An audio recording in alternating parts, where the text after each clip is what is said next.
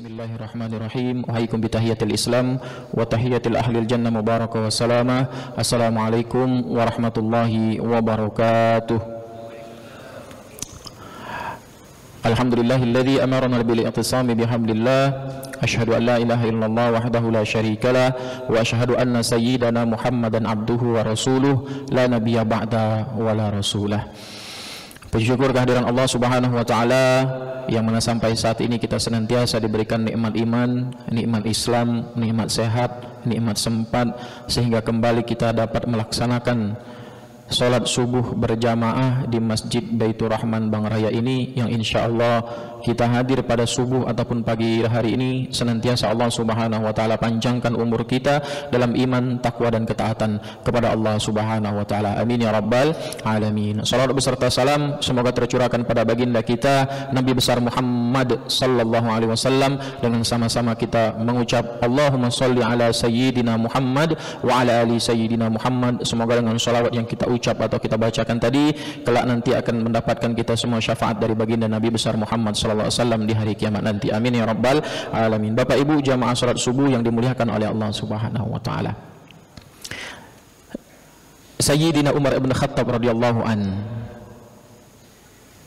pernah berkata, jangan pernah meremehkan tiga hal. Dan tiga hal ini kata para ulama akan senantiasa hadir di antara kaum muslimin dan muslimat kapanpun dan dimanapun waktunya. Apa kata Umar bin Khattab radhiyallahu an? Jangan pernah meremehkan tiga hal ini. Yang pertama, jangan pernah meremehkan amalan-amalan kecil yang kemudian amal tersebut akan mengandung ataupun mengundang ridhonya Allah Subhanahu wa taala. Karena sejatinya jamaah sekalian dimuliakan Allah Subhanahu wa taala, Allah itu tidak pernah melihat dan menilai amalan seseorang dari besar ataupun kecilnya. Makanya kata Fudail bin Iyad mengatakan, ahabbul a'mali ilallah adwamuha wa in qallah. Amalan yang paling dicintai oleh Allah Subhanahu wa taala adalah amalan yang senantiasa berkesinambungan, yang senantiasa kita kerjakan walaupun itu sedikit ataupun kecil. Dalam riwayat dikatakan Imam At-Tabari rahimahullahu taala ketika beliau hendak menyeberang laut Tigris, ketika perahu yang akan dikendarai Imam At-Tabari ini terlepas ikatan ataupun kebetannya, baru selesai, baru terlepas kebatan perahu ataupun kapal yang akan dikendarai oleh Imam At-Tabari. Dalam riwayat dikatakan itu banyak sekali penumpang. Baru terlepas ikatan talinya, kemudian di dermaga ada wong yang kemudian bersin, hajim. Kemudian yang bersin tadi bertahmid, mengucap alhamdulillah. Tapi herannya, sebanyak orang di dermaga tadi tidak ada yang mengucapkan tarhim yarhamukallah.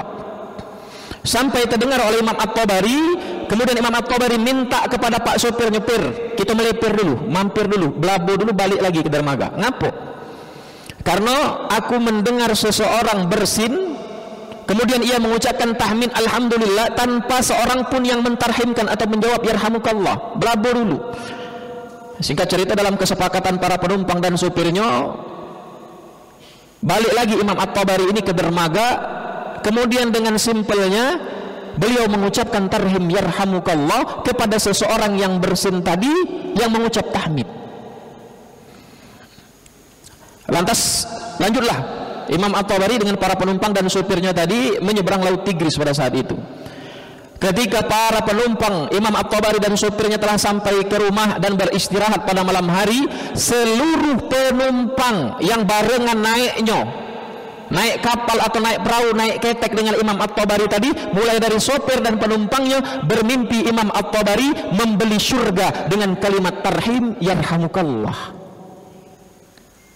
Makanya kata Rasulullah sallallahu alaihi wasallam, ketika ada orang yang bersin dan ia mengucap alhamdulillah, maka hak dan kewajiban kita antara muslim yang satu dan muslim yang lainnya itu adalah menjawab dengan tarhim yarhamukallah. Maka kata baginda Rasulullah Muhammad sallallahu alaihi wasallam, hakul muslimu ala muslim sittun. Hak antara muslim yang satu dengan yang muslim lainnya itu ada 6. Idza laqitahu fasallim alaihi. Hak yang pertama, ketika kita berpapasan itu hendaknya kita saling mengucapkan salam. Wa idza da'aka fa'ajibhu. Maka ketika engkau diundang apapun itu, diundang acara khitanan, walimatul khitan, walimatul aqiqah, walimatul nikah, walimatul urus, apapun itu, takziah hari pertama, kedua, ketiga sampai menuju dan 100 hari, selama kita diundang fa'ajibhu, maka penuhi undangan tersebut. Itu yang kedua. Yang pertama, idza laqitahu fasallim alaihi wa idza da'aka fa'ajibhu wa idza stansahaka fansah lahu. Maka ketika ada seseorang yang meminta dinasihati, maka berikan nasihat. Barulah wa idza utisha fahamidallahu fashamidhu. Kalau ada orang yang bersin kemudian ia mengucapkan alhamdulillah, maka hak kita adalah menjawab dengan tarhim yarhamukallah, kemudian dijawab lagi dengan yang bersin dengan ucapan yahdikumullah. Makanya para ulama di dalam hadis ini mengatakan wa idza utisha fahamidallahu fashamidhu, kalau bersinnya itu 3 kali maka masih hak kita untuk menjawab dengan tarhim. Contoh, aku bersin, Hajim, alhamdulillah, maka gede Najib ini menjawab dengan ucapan yarhamukallah. Bersin lagi di waktu yang sama, di tempat yang sama, Hajim 2 kali, maka kemudian saya mengucap alhamdulillah, masih dijawab lagi oleh gede Najib ini yarhamukallah. Sampai 3 kali bersin mengucap alhamdulillah, kemudian dijawab lagi dengan yarhamukallah, dijawab lagi dengan yahdikumullah, lebih dari 3 kali, maka hak kita sebagai seorang muslim tidak ada kewajiban bagi kita untuk menjawab tahmid tadi. Jadi para ulama berpendapat bahwasanya Bapak Ibu sekalian, kalau bersin itu lebih dari 3 kali, maka kita tidak wajib menjawab tahmid dengan tarhim tadi. Jadi cak mana Ustaz? Sudah diam, walaupun dia mengucap tahmid alhamdulillah, maka ketika 4 kali itu merupakan salah satu penyakit yang terkandung dalam tubuh yang bersin tadi, makanya berobat lebih dari 3 kali. Jadi kalau yang keempat tidak ada kewajiban, walaupun dia mengucap alhamdulillah, maka tidak ada kewajiban kita untuk menjawab tarhim ataupun tahmidnya tadi. Siapa yang menjawabnya? Kata para ulama, malaikat yang akan menjawabnya. Idza laqitahu fasallim alaihi wa idza da'aka fa'ajibhu wa idza stansaka fansalahu wa idza utisha fahamidallahu fashamidhu wa idza marada fa'udahu. Kalau ada yang sakit maka tengoklah, jenguklah, besuklah. Makanya salah satu adab yang paling diutamakan ketika menjenguk orang yang sedang sakit, baik itu dia dirawat di rumah ataupun di rumah sakit, yang pertama sekali kita adalah mendoakan. Yang kedua, kalau pacak datang ke rumah yang sakit tadi, jangan tangan kosong. Bawalah sedikit bingkisan buah-buahan, jeruk sekilo, duku sekilo, duren, cana mikok beda sebanyaknya. Itu salah satu adab. Kenapa? Supaya yang sakit tadi merasa terhibur dengan hibur kita tadi, dengan doa kita tadi, berharap penyakitnya tadi menjadi penggugur dosa yang sakit, kemudian ia mendapatkan gairah semangat untuk sembuh. Walaupun kadang mohon maaf kalau kita datang ke tempat wong yang sakit, yang kita bawa apapun itu, buah-buahan, roti, kue, pempek, makanan, kadang yang sakit tadi pun belum tentu makannya, Pak. Siapa yang makannya? Yang nungguinnya. Habis lantak oleh lakinya, Pak, bini kita yang sakit. Nanti ketika kita yang sakit, habis lantak oleh bini kita, Pak. Jadi kemudian ada yang sakit, hak yang satu muslim dengan yang lainnya itu wa idza marada fa'uduhu, jenguk, besuk, dan yang terakhir wa idza mata fatba'hu, maka kemudian ada yang meninggal dunia, iringi jenazahnya. Iringi seperti apa? Kalau pacak mun ada waktu datang takziah, mulai dari dia dimandikan, kemudian dikafani, mengikut menyolatkan dan menguburkan, datang takziah. Itu salah satu wa idza mata fatba'hu. Ketika ada orang meninggal dunia, maka pergi datangi. Supaya apa? Supaya kita ini memiliki rasa bahwasanya suatu saat hari ini kita mentakziahi orang, kemudian besok, lusa, bulan depan, tahun depan, waktu kapanpun, niscaya kita pun akan ditakziahi oleh orang banyak. Nah, kemudian yang pertama kata Umar bin Khattab tadi, jangan menganggap remeh amalan-amalan yang akan mengundang ridhonya Allah Subhanahu wa taala, walaupun itu amalan kecil. Karena sejatinya Ali bin Abi Thalib pernah ditanya oleh para sahabat, wahai Ali, sebutkan amalan apa saja yang bisa menjamin aku masuk surga. Apa jawab Ali? Kalau ibaratnya aku tahu amalan yang bisa menjamin aku masuk surga, kata Ali bin Abi Thalib, aku akan menekuni amal itu saja. Contoh, kalau sholat kita ini pacak nyamin kita masuk surga, kita sholat baik, tidak usah puasa. Kalau puasa kita pacak nyamin kita masuk surga, maka puasa baik, tidak usah umroh. Kalau umroh kita, haji kita pacak nyamin kita masuk surga, tidak usah sedekah, tidak usah infak, tidak usah zakat. Dalam artian apa? Benang merah perkataan Ali bin Abi Thalib ini, tidak ada satu amalan yang bisa menjamin kita masuk surga kecuali dengan catatan istiqomah. Ya. Makanya salah satu ungkapan bahasa Arab ataupun pepatah Arab mengatakan seperti ini, waladatka ummuka ya ibna Adam baqiyah. Wahai anak Adam, sesungguhnya ketika engkau dilahirkan dari rahim seorang ibumu, engkau dalam keadaan menangis. Wan nasu haulaka yadhakuna sururan. Sedangkan orang-orang yang berada di sekitarmu, mereka riang tertawa gembira. Waladatka ummuka ya ibna Adam baqiyah. Setiap kita dilahirkan oleh emak kita, pertama kali kita keluar dari rahim, seluruh di antara kita ini tanpa terkecuali pasti menangis. Ada yang baru lahir dari perut emaknya, keluar dari perut emaknya langsung tertawa. Ya, bahkan di dunia medis, kalau ada seorang bayi, membahas meranjatnya itu kupik, itu keluar dari rahim, lahir dari rahim ibunya tanpa menangis, itu tim medis dokter yang menangani proses pelahiran itu pasti membuat tangis, dicari nih tangisnya itu, dipencet-pencet bayi tersebut, digoncang-goncang, dikerok mulut dan lisannya, siapa tahu ada air ketuban ataupun banyu ketuban yang terminum oleh bayi tadi. Dalam artian apa? Salah satu ciri tanda bayi itu lahir normal sehat dan selamat lahirnya adalah ditandai dengan menangis.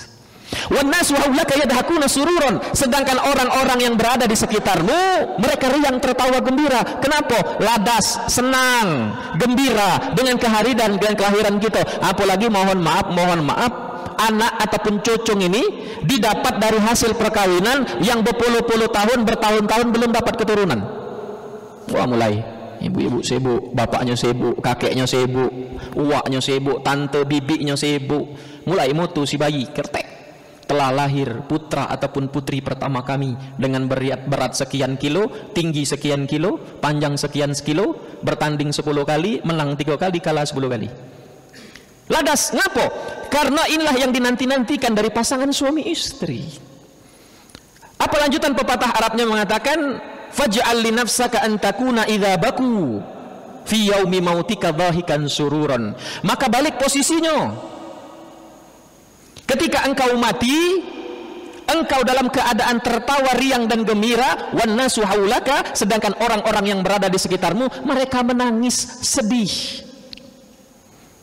Kenapa? Karena amal perbuatan kita, baik itu amal yang berat, amalan yang besar ataupun amalan yang kecil, yang kita lakukan semasa hidup di dunia. Oh ya Allah ya Tuhanku, dak katik lagi si anu itu nak tempat berasan, nak minjam duit. Ai dak katik lagi tempat nak minta tolong. Ai dak katik lagi tempat nak minta nasihat. Ngapo? Karena amal perbuatan yang kita lakukan semasa hidup kita. Infak dan sedekah bantuan kita kepada sanak jiran tetangga kita semasa kita masih hidup. Jadi orang-orang itu merasa kehilangan dan kemudian menimbulkan rasa sedih karena meninggalnya kita. Jangan sama bae. Mana sama bae? Kita lahir, kita nangis wong tertawa, kita mati, kita nangis wong keladasan. Itu yang salah. Ngapo? Karena dak kate amal baik, dak kate kenangan baik, dak kate memorial baik yang dikenang oleh sanak saudara jiran tetangga kita. Ngapo? Kita hanya menjadi sampah dan penyamun masyarakat baik. Sisip sedikit kita mati, masih hidup pun lah didoakan wong mati. Mulai cepat mati sih anu itu katanya. Mending kepala baik, gawe nak berjudi, gawe nak nyabu, gawe nak main slot baik.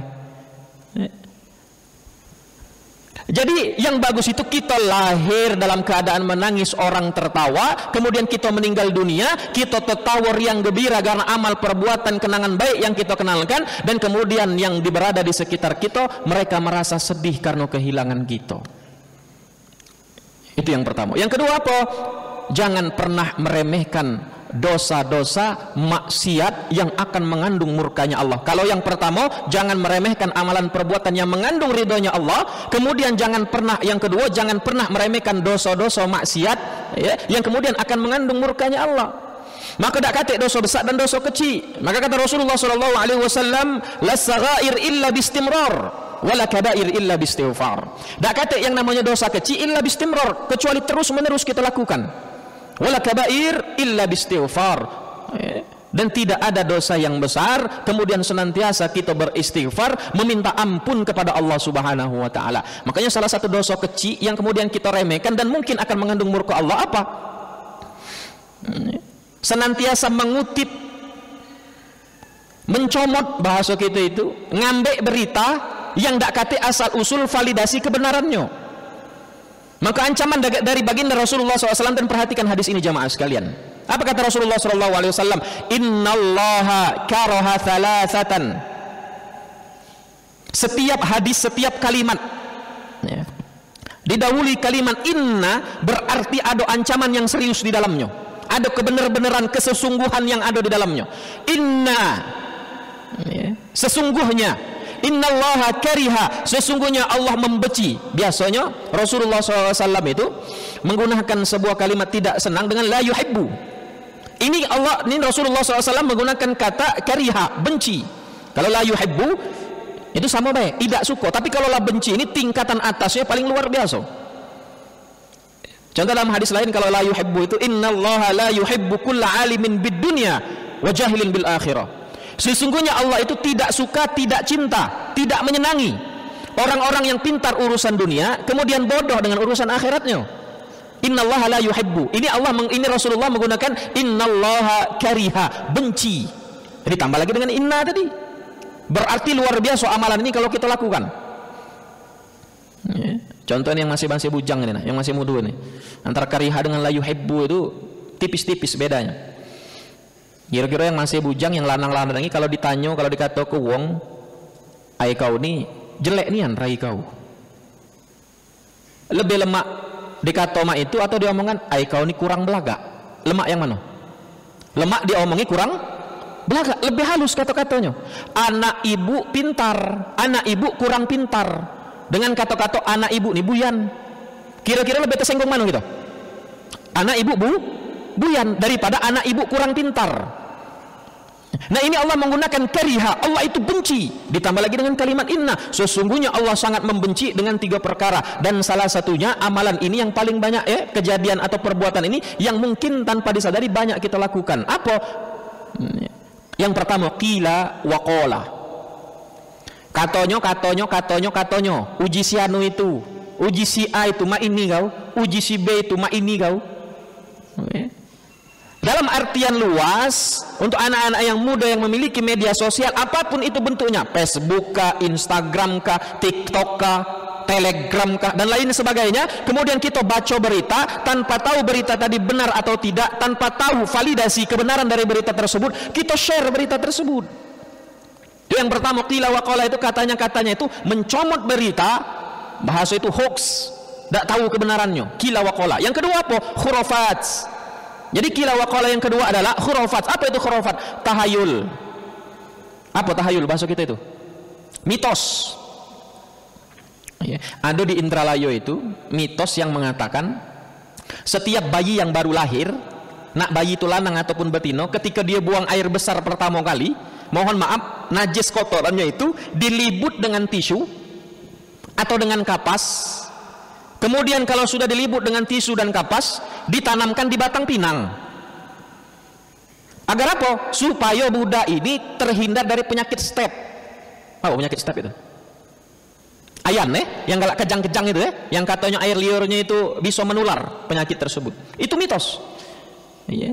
Ada juga yang mengatakan kalau di acara kematian itu jangan nian masak kacang panjang, kaget matinya nyambung.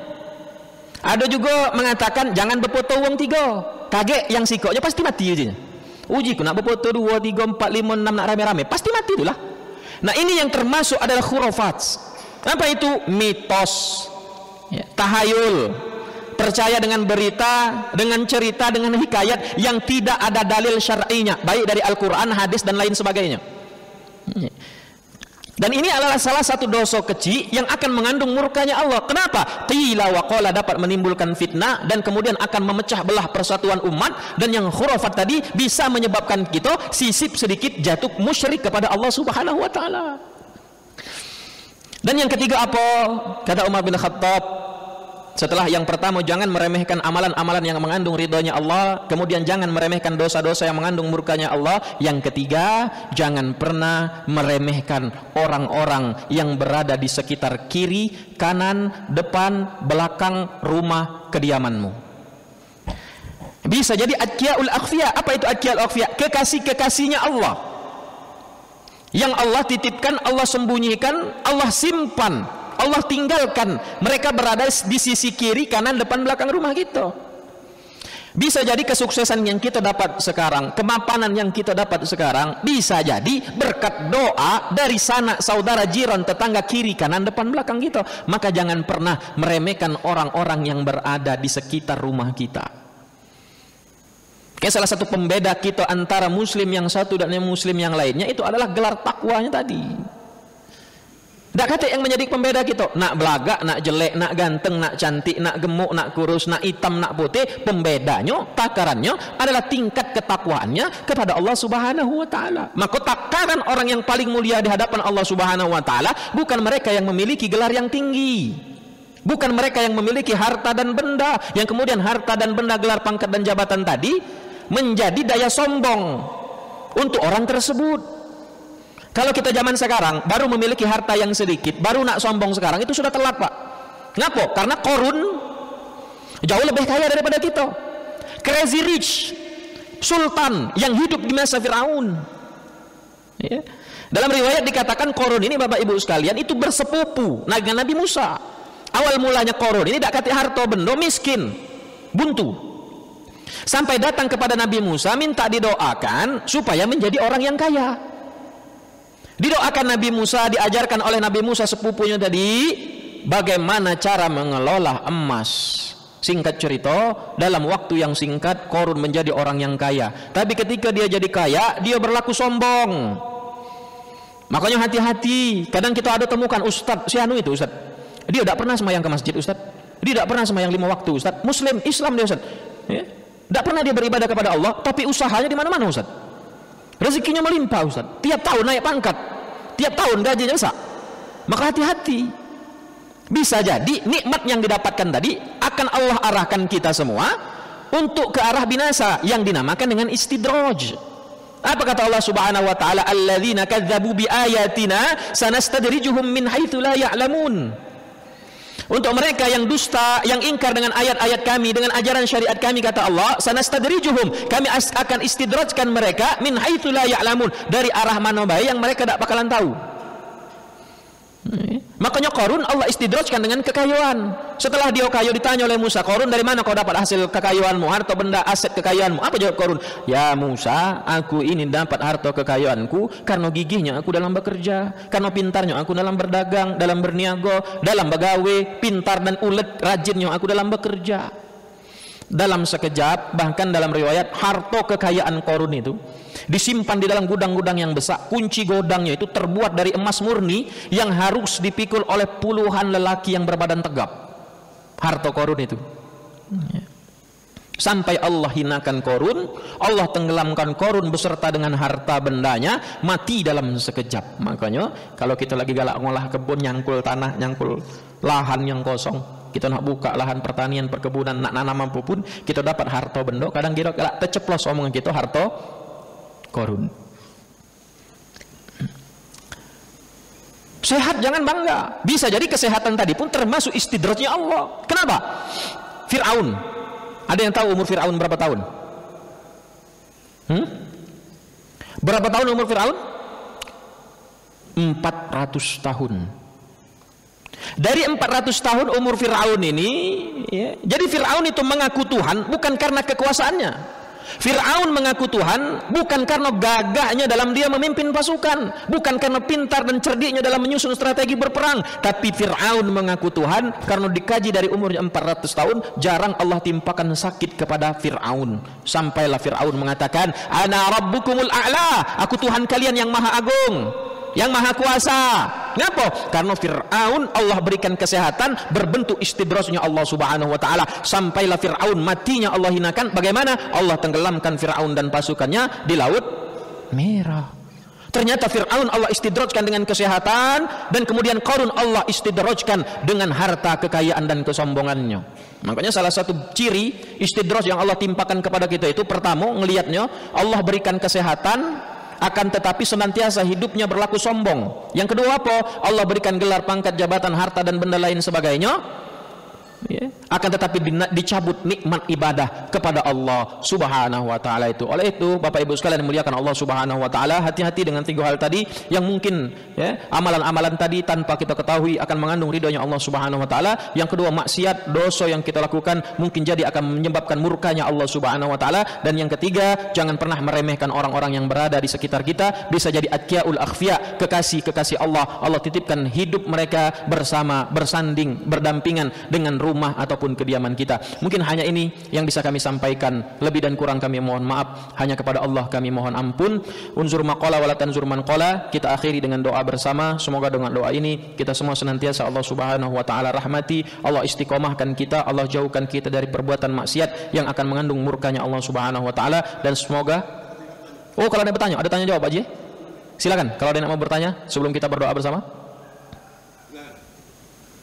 Terkait tema tadi, silakan. Ada yang mau bertanya? Ya, silakan Pak Ji.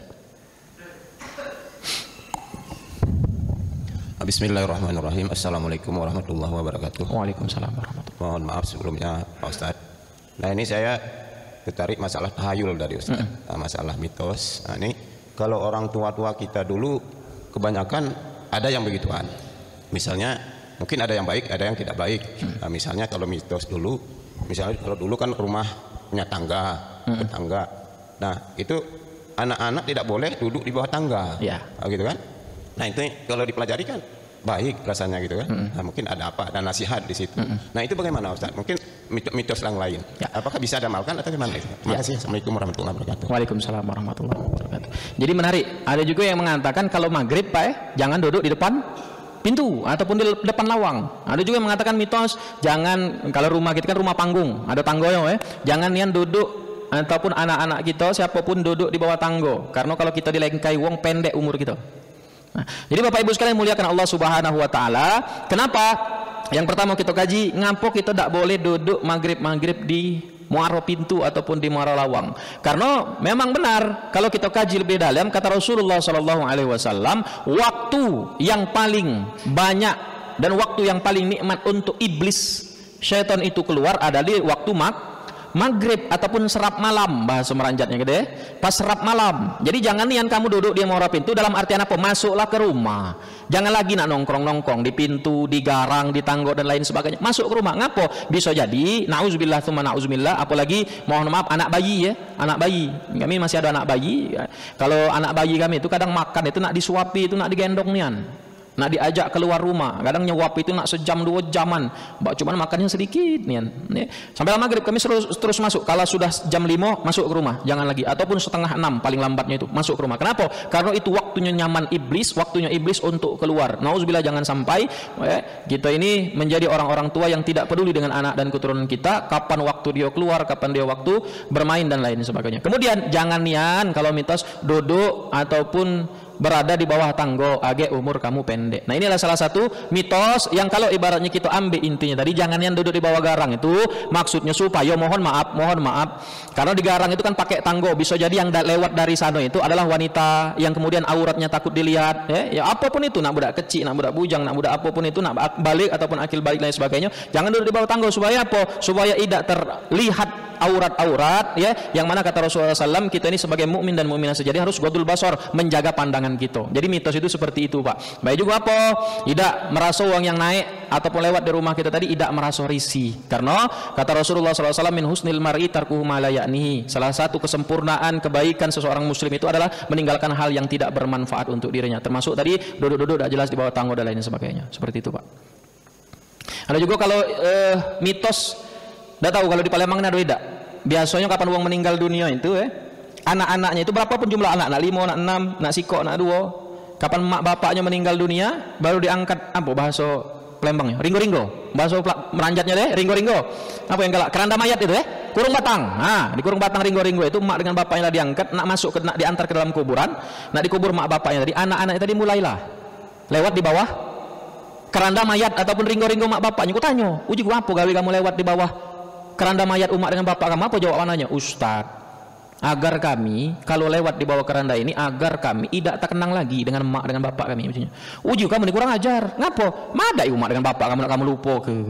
Ya kan? Nah, ini salah satu mitos yang kemudian akan menyebabkan kita ini, mohon maaf, mengandungnya murka Allah Subhanahu wa taala tadi. Makanya dosa yang kecil-kecil saya ini, ya qila wa qala, ya khurafat yang saya inilah yang kemudian ya, kalau pacak kita nak kaji ya. Kalau yang Pak Haji tadi masih pacak kita kaji, ya tak? Jangan duduk di bawah tangga supaya mungkin ada yang betino yang lewat dak risi supaya auratnya dak tertonton, dak terlihat, kemudian mata kita tidak bermaksiat dan terjaga pandangannya. Ini tak masuk akal lagi. Lewat di bawah keranda mayat umat dengan bapaknya supaya tak terkenang lagi. Nah, ini salah satu menjadi anak durhaka. Ngapo? Makin tak katik lah meninggal dunia umat dengan bapak kita, makin harus kita ingat. Maka Rasulullah SAW salah satu amalan yang tidak akan terputus walaupun kita orang tua kita telah tertanam di dalam tanah, itu adalah waladun salih alladzi yud'alahu, itu berdoa, anak yang soleh berdoa, itu bukan sekedar berdoa, ingat terus dengan kedua orang tuanya. Nah, jadi mitos-mitos yang seperti ini, nauzubillah, jangan sampai kita lakukan. Bahkan mungkin masih ada yang dari jamaah kita ini, kita nasihatkan kepada sanak saudara kita yang masih percaya dengan hal-hal yang seperti ini. Nauzubillah. Ada lagi? Ada apa aja ya? Ada lagi pertanyaan selanjutnya mungkin? Ya, silakan Gede.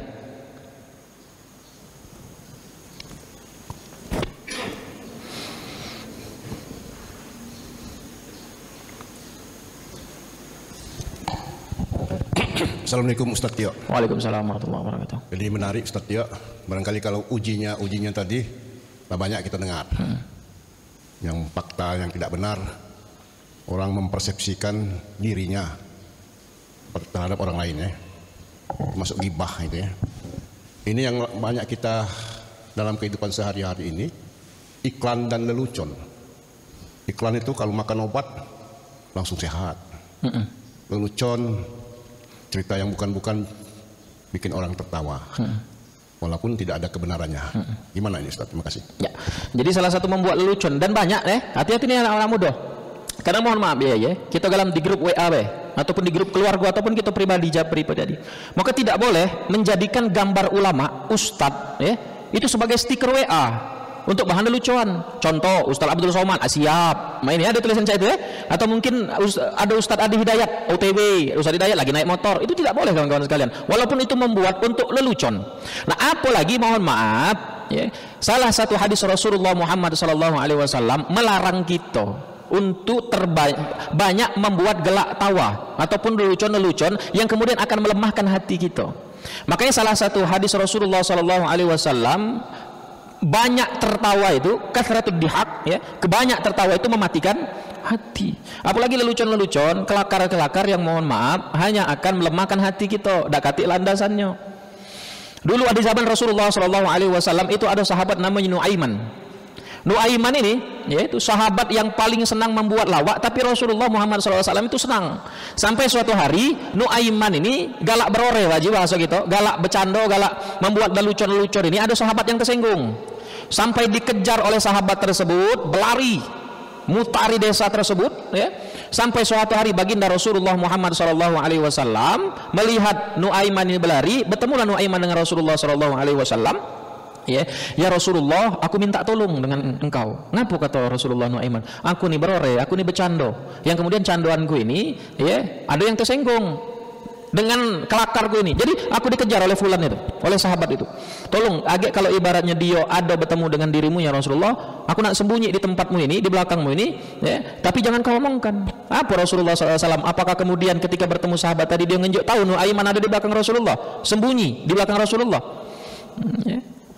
Yang dilakukan Rasulullah simpel Bapak Ibu sekalian. Mohon maaf kami ini berdiri. Datanglah sahabat yang mengejar Nuaiman. Datang sahabat tersebut. Ya Rasulullah, ngelihat Nuaiman enggak? Oh iya. Ngapa kau ngejar Nuaiman? Nuaiman itu ya Rasulullah membuat gelak tawa, berore dengan aku, tapi nyakiti hatiku ya Allah. Ya Rasulullah katanya.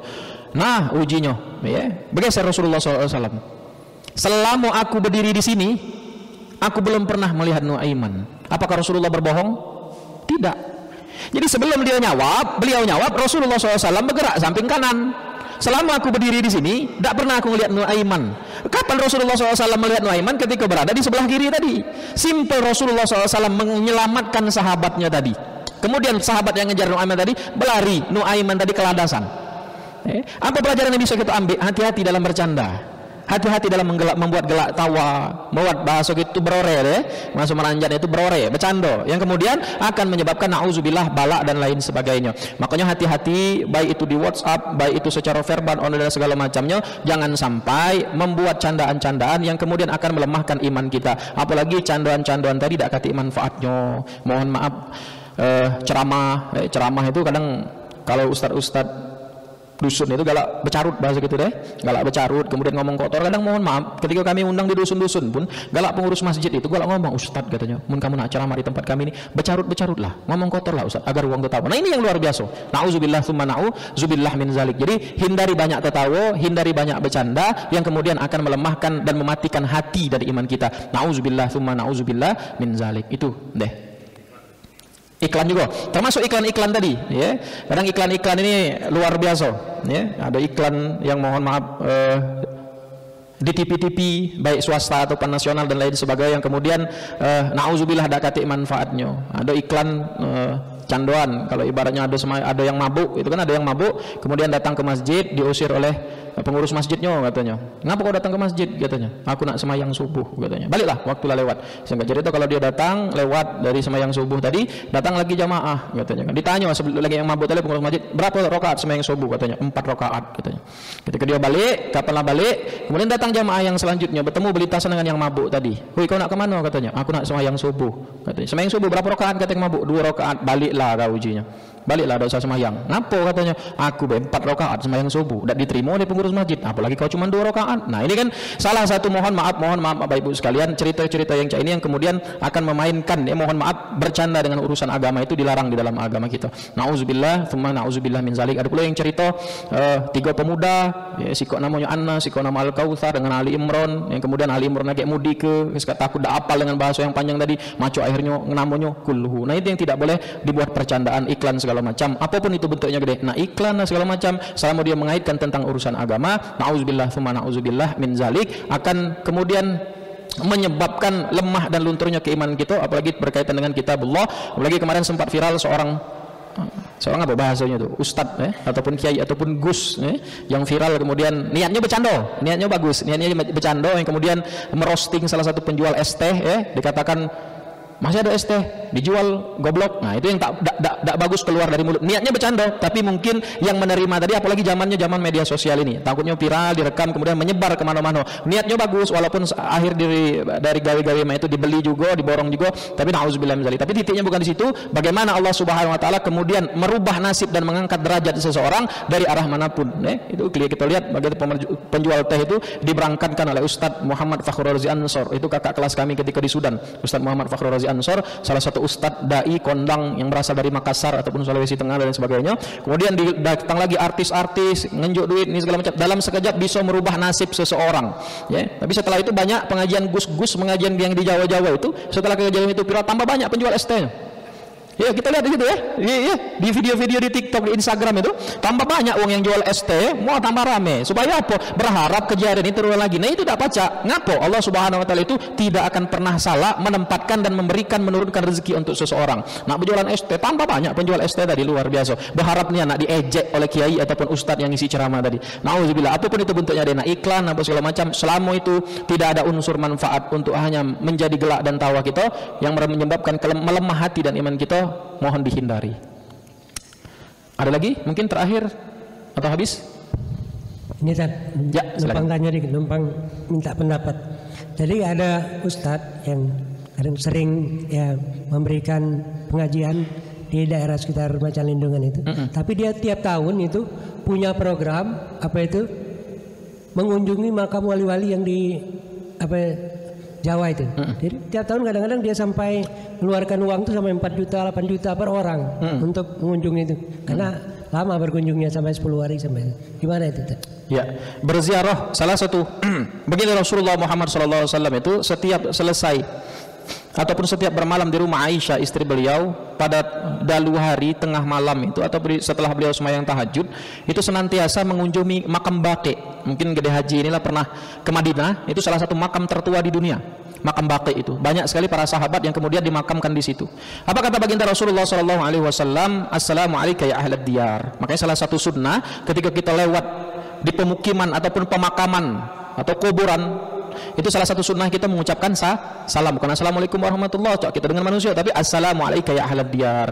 Hari ini kata Rasulullah SAW, kamu yang tertanam di dalam kubur itu, nahnu lahikun insyaallah, nahnu lahikun insyaallah, kami insyaallah besok, lusa, tahun depan, bulan depan yang akan tertanam dalam kubur itu. Maka Rasulullah SAW mengatakan ketika sahabatnya bertanya, ya Rasulullah, ayul mu'minuna akyas, wahai Rasulullah, mukmin, mukminah, muslim, muslimah yang cak mana yang cerdas itu? Aktsaruhum lil mauti dzikra.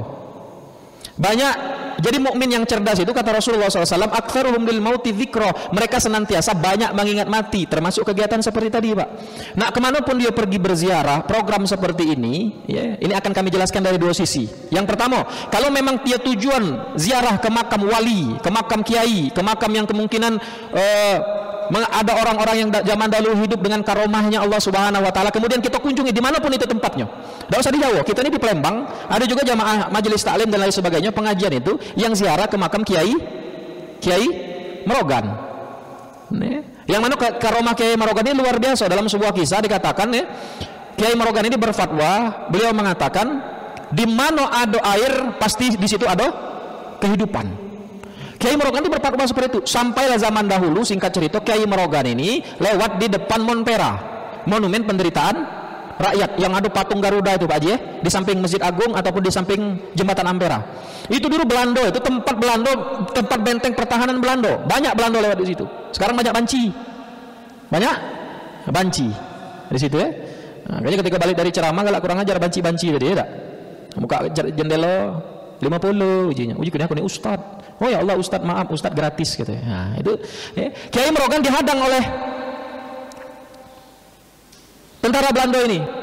Dibawanya si kok dogan yang masih tertutup, belum dikocek gede, belum dikupas, belum dibuka. Kiai Merogan, uji kau, kan kau berfatwa di setiap air pasti ada kehidupan. Ujinya tadi, coba buktikan yan. Ini ada kelapa muda, di dalamnya masih ada air, belum dikocek, belum dibuka, belum dikupas. Buktikan yan. Kalau di setiap air itu ada kehidupan, bukalah katanya. Kapan dibuka? Mohon maaf, ada ikan yang berenang di dalam dogan tadi. Nah, ini salah satu karomah beliau. Pertama catatannya, boleh kita nak berziarah ke makam wali mano, ke makam kiai mano yang kemungkinan ada kisah, ada riwayat dia memiliki karomah, orang yang luar biasa yang Allah berikan kelebihan kepada dirinya yang tidak dimiliki orang lain. Pertama, tujuan niat kita berziarah kubur tadi untuk mengingat kita ini bahwasanya suatu saat akan seperti wali itu juga. Seperti apa? Nak tertanam di dalam kubur itu juga.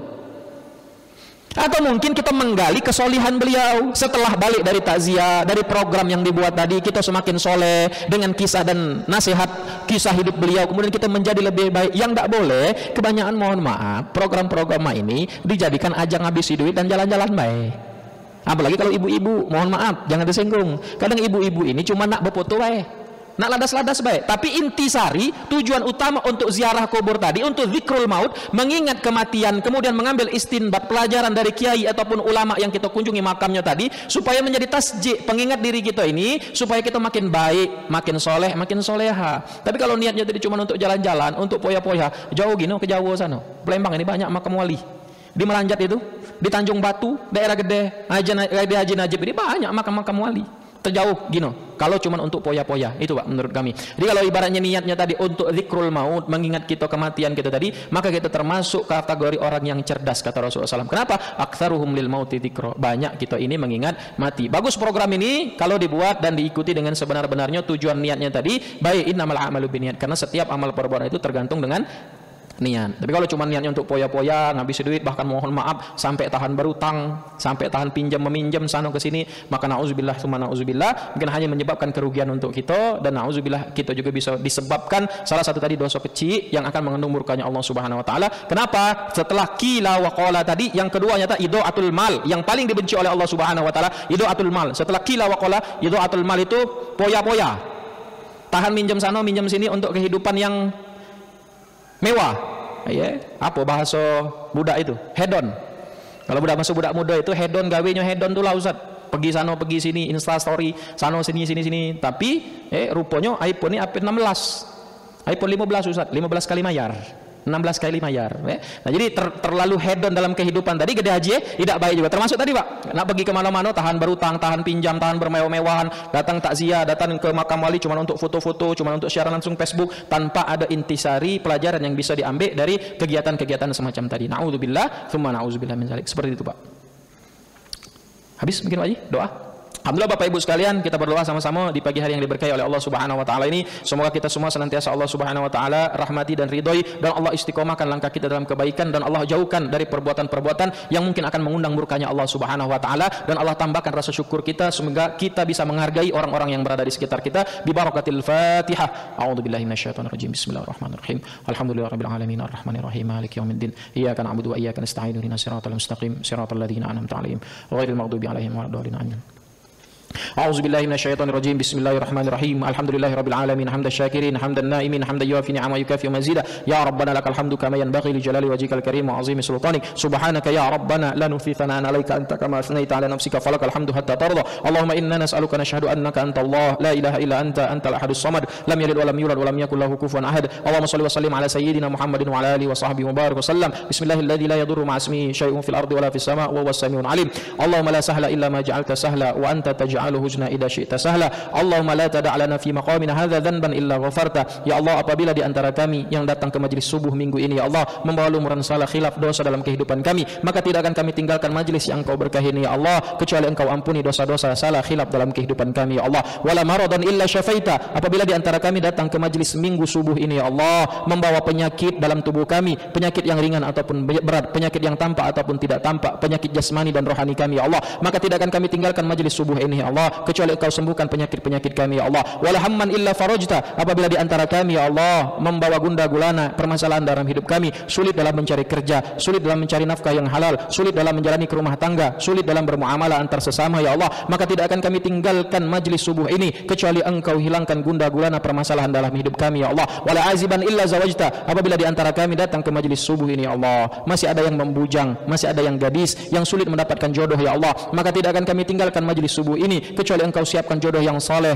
dan soleha untuk kami ya Allah wala aiban illa satarta apabila di antara kami membawa aib cacat buruk dalam kehidupan kami ya Allah maka tidak akan kami tinggalkan tempat ini kecuali Engkau tutupi aib-aib kami wala hajatan min hawaijid dunya wal akhirah illa qadaitaha wa yasartaha ya rabbal alamin apabila di antara kami datang ke majlis subuh ini ya Allah membawa hajat dunia dan akhirat kami yang belum terwujud yang belum terkabul maka tidak akan kami tinggalkan majlis subuh ini kecuali Engkau wujudkan cita-cita dunia akhirat kami ya Allah rabbana atina fid dunya hasanah wa fil akhirati hasanah wa qina adzabannar wa sallallahu ala sayyidina Muhammadin nabiyil ummi wa ala alihi wa sahbihi wa baraka wa sallam subhana rabbika rabbil izzati amma yasifun wa salamun alal mursalin walhamdulillahi rabbil alamin sudah masuk waktu syuruk jamaah sekalian jangan kami sarankan jangan beranjak meninggalkan masjid dulu untuk melaksanakan salat 2 rakaat isyraq ataupun syuruk yang pahalanya setara dengan haji dan umrah barakallahu li wa lakum wa nafa'ani wa iyyakum minal ayati wa dzikril hakim fataqabbalu minni wa minkum tilawatahu innahu wasami'un alim unzur maqala wa la tanzur man qala wassalamu alaikum warahmatullahi wabarakatuh.